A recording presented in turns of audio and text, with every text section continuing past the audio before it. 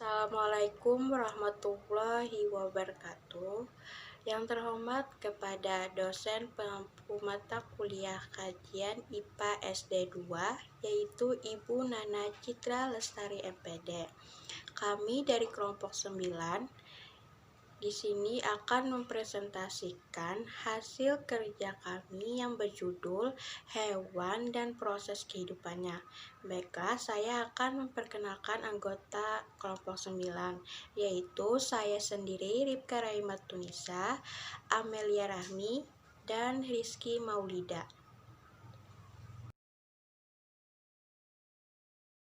Baiklah, saya akan membacakan materi pertama, yaitu sistem pencernaan makanan pada hewan.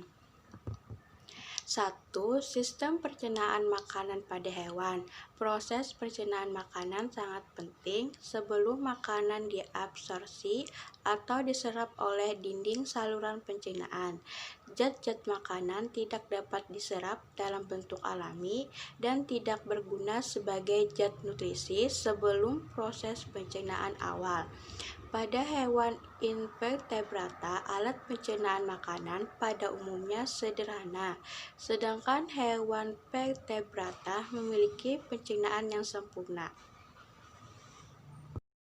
1. Pencernaan hewan pada tingkat rendah. Di antara hewan berawal, banyak spons tidak mempunyai mulut atau usus, dan zat-zat dimakan dicerna secara intraseluler. Pencernaan intraseluler ciri khas dari protozoa seperti Paramecium dan Amoeba. Yang kedua, sistem pencernaan pada amfibi. Sistem pencernaan makanan pada amfibi hampir sama dengan ikan, meliputi saluran pencernaan. Contoh salah satu amfibi yaitu katak.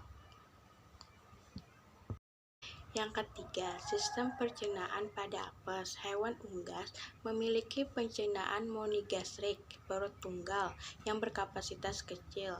Makanan ditampung di dalam krop, kemudian empedal terjadi penggilingan sempurna hingga halus.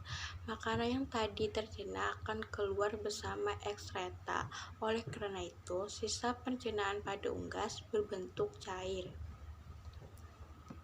Yang keempat, sistem pencernaan pada Pisces.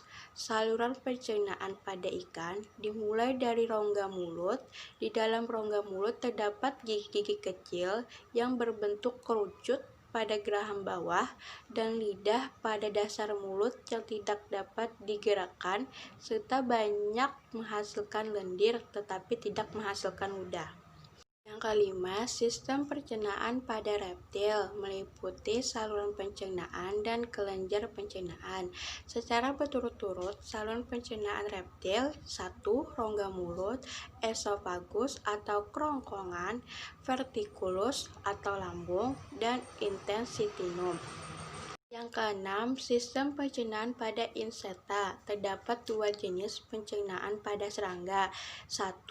Pencernaan di luar saluran usus. Yang kedua, pencernaan di bagian dalam usus. Saluran pencernaan pada serangga dibagi 3 bagian utama, yaitu saluran pencernaan depan, yang kedua saluran pencernaan tengah, dan yang ketiga saluran pencernaan belakang. Yang ketujuh, saluran pencernaan pada cacing. Sistem pencernaan makanan pada cacing tanah sudah sempurna. Cacing tanah memiliki alat-alat pencernaan mulai dari mulut, kerongkongan, lambung, usus, dan anus. Yang kedelapan, sistem pencernaan pada mamalia. Hewan-hewan herbivora pemakan rumput seperti domba, sapi, kerbau disebut sebagai hewan memamah biak atau ruminansia. Sistem pencernaan makanan pada hewan ini lebih panjang dan kompleks. Materi yang kedua yaitu sistem respirasi pada hewan. Yang pertama, sistem organ respirasi adalah alat atau bagian tubuh sistem O2 dapat berfungsi masuk dan sebaliknya CO2 dapat berfungsi keluar. Alat respirasi pada hewan bervariasi antara hewan satu dengan hewan yang lain. Ada yang berupa paru-paru, insang, kulit, trakea, dan paru-paru baku. Bahkan, ada beberapa organisme yang belum mempunyai alat khusus sehingga oksigen berdistribusi langsung dari lingkungan ke dalam tubuh. Contohnya pada hewan bersel atau Porifera dan Coleoptera. Pada ketiga hewan ini, oksigen berfungsi dari lingkungan melalui rongga tubuh. Yang kedua, hidung. Lubang hidung mengantarkan udara ke vakum nasi. Vakum nasi berhubungan secara langsung atau tidak langsung dengan beberapa sinus paranasalis. Yang ketiga yaitu dinding hidung. Dinding hidung tersusun atas kulit di bagian luar, tulang dan kartilago, serta membran mukosa vakum nasi. Tulang penyusun dinding hidung ada nasal, maxilla, infinivis, frontala, lacrimal, gozymaticus, serta vas perpendulus os palatins. Ujung bebas tulang nasal dan infinivis menyediakan tempat perlengkapan bagi kartilago nasi untuk menopang nostril. Otot-otot yang melekat pada tulang dan kartilago nasi berfungsi untuk mengatur lebar atau kecilnya nostril. Yang keempat ada planum. Penampakan nostril dan area yang mengelilinginya sangat bervariasi di antara spesies.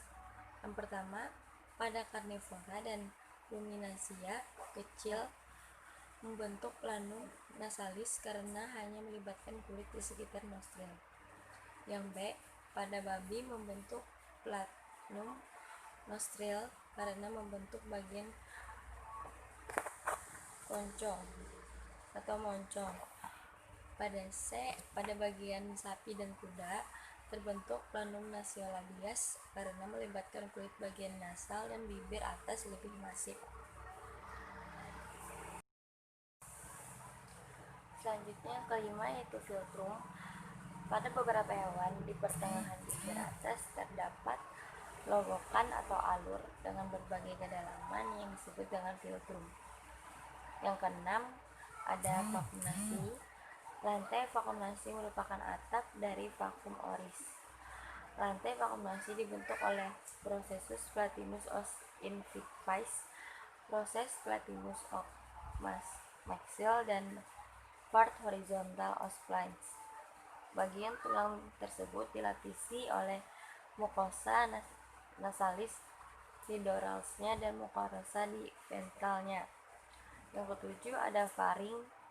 Faring merupakan saluran muskola membranosa yang secara umum termasuk dalam tractus respiratorius dan digestorius. Setelah udara masuk ke dalam vakum nasi, akan mengalir melalui choanai masuk ke faring.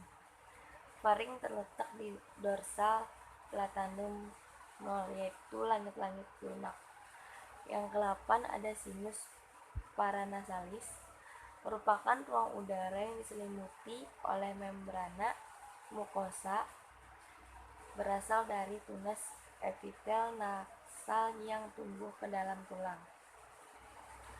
Yang ke-9 ada laring. Laring merupakan pipa kartilago pendek yang menghubungkan faring ke trakea. Yang ke-10 trakea adalah pipa kartilago yang tidak bisa dikolaps dari krikoid laring sampai akar paru-paru, di mana trakea berbelah dua menjadi bronkus utama kiri dan kanan. Yang ke-11 ada paru-paru. Pada masa embrional, paru-paru berasal dari lantai usus bagian depan, biasanya merupakan tunas tunggal, yang selanjutnya berbelah menjadi tunas paru-paru kanan dan kiri. Yang ke-12 ada alat pernapasan pada burung. Pada burung, tempat berfungsinya gas pernapasan hanya terjadi di paru-paru. Paru-paru burung berjumlah sepasang dan terletak dalam rongga dada yang dilindungi oleh tulang rusuk. Yang ke-13 ada alat pernapasan pada katak.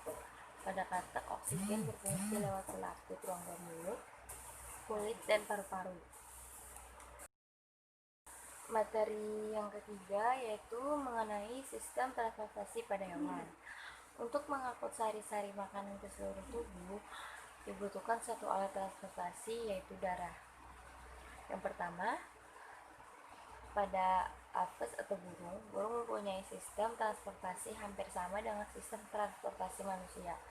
Alat-alat transportasi pada burung terdiri atas dari jantung yang terdiri di atas 4 ruang, yaitu serambi kiri, serambi kanan, bilik kiri, dan bilik kanan. Antara bilik kiri dan bilik kanan terdapat sekat yang sempurna. Pembuluh darah. Darah yang banyak mengandung oksigen yang berasal dari paru-paru tidak bercampur dengan darah yang banyak mengandung karbon dioksida yang berasal dari seluruh tubuh. Peredaran darah burung merupakan peredaran darah ganda yang terdiri atas peredaran darah kecil dan peredaran darah rendah. Yang kedua yaitu reptil. Reptil mempunyai sistem peredaran darah ganda seperti pada burung jantung reptil. Misalnya kadal, terdiri dari 4 ruang, yaitu serambi kiri, serambi kanan, bilik kiri, dan bilik kanan. Walaupun jantungnya mempunyai 4 ruang, tapi sekat antara bilik kiri, bilik kanan belum sempurna, sehingga darah dari bilik kiri dan bilik kanan masih dapat tercampur. Yang ketiga yaitu amfibi katak. Katak mempunyai sistem peredaran darah ganda. Jantung katak terdiri dari 3 ruang, yaitu serambi kiri, serambi kanan, dan bilik. Karena jantung katak hanya mempunyai 1 bilik, darah yang banyak mengandung oksigen dan karbon dioksida masih tercampur dalam bilik jantung. Darah yang berasal dari seluruh tubuh masuk ke dalam serambi kanan dan selanjutnya masuk ke dalam bilik. Darah yang berasal dari paru-paru masuk ke dalam serambi kiri dan selanjutnya masuk ke dalam bilik. Ikan. Sistem peredaran darah pada ikan berupa sistem peredaran darah tunggal, artinya dalam satu peredaran darah lengkap, darah hanya 1 kali melalui jantung. Yang kelima, serangga. Mempunyai alat transportasi berupa pembuluh yang letaknya membujur di atas saluran pencernaan makanan. Yang keenam, ada cacing. Cacing tanah mempunyai alat peredaran darah yang terdiri dari pembuluh darah punggung, pembuluh darah perut, dan 5 pasang lekung aorta. Yang ketujuh, protozoo. Protozoa tidak memiliki sistem transportasi. Pada amoeba, makanan yang telah dicerna dalam rongga makanan langsung diserap. Yang keempat, pertumbuhan, perkembangan, metamorfosis, dan perkembangbiakan. Salah satu ciri makhluk hidup adalah tumbuh dan berkembang. Pertumbuhan mengarah pada bertumbuh ukuran seperti tinggi, panjang, lebar, volume akibat adanya pertambahan materi hidup. Sedangkan perkembangan mengarah pada perubahan yang mengarah pada kedewasaan atau perubahan yang tidak dapat diukur, seperti tumbuhnya akar dan tunas pada biji. Nah, pertumbuhan dan perkembangan pada hewan terlihat dari proses metamorfosis. Metamorfosis dapat dibedakan menjadi 2, yaitu metamorfosis sempurna, juga disebut dengan metamorfosis. Pada setiap tahapan pendewasaan organisme memiliki bentuk yang berbeda, misalnya pada kupu-kupu dan katak. Dan yang kedua yaitu metamorfosis sempurna, yaitu metamorfosis di mana pada setiap tahapan pendewasaan organisme memiliki bentuk yang berbeda, misalnya pada kupu-kupu dan katak. Yang pertama, kita membahas tentang metamorfosis pada katak. Awal kehidupan dimulai sebagai zigot dalam telur yang telah mengalami peleburan dengan sperma jantan, terjadi fertilasi. Telur menetas, berudu. Berudu dapat berenang, memakan tumbuh-tumbuhan kecil, bernapas dengan insang. Seterusnya berudu tumbuh dan bentuk tubuhnya mulai berubah, yaitu tumbuh tungkai, paru-paru, dan gigi. Perubahan tersebut merupakan awal pertumbuhan organ yang mendukung katak hidup di darat. Tungkai terus tumbuh dan nampak, dan ekor tidak lagi tumbuh, maka akan menjadi katak dewasa. Seterusnya yaitu metamorfosis pada kupu-kupu. Metamorfosis pada kupu-kupu juga termasuk pada metamorfosis sempurna karena kupu-kupu melewati tahap perkembangan yang berbeda bentuknya dengan kupu-kupu dewasa, yaitu telur, larva, pupa, dan individu dewasa. Larva kupu-kupu juga kita kenal sebagai ulat, sebagai persiapan makanan sebelum memasuki tahap perkembangan pupa. Ulat mengumpulkan makanan yaitu daun. Terus ular berubah menjadi pupa, dan ketika menjadi pupa terdapat kulit jagat yang secara keseluruhan membentuk jaringan pembungkus, dan keluarlah kupu-kupu dewasa. Jika diamati pada rumput, akan nampak belalang yang ukurannya kecil walaupun tidak memiliki sayap. Belalang kecil tersebut mirip dengan belalang dewasa, bukan? Oleh karena hal tersebut, belalang merupakan salah satu hewan yang mengalami metamorfosis tak sempurna. Begitu pula pada kecoa. Kecoa yang masih berada pada tahap perkembangan tidak berbeda jauh dengan kecoa dewasa.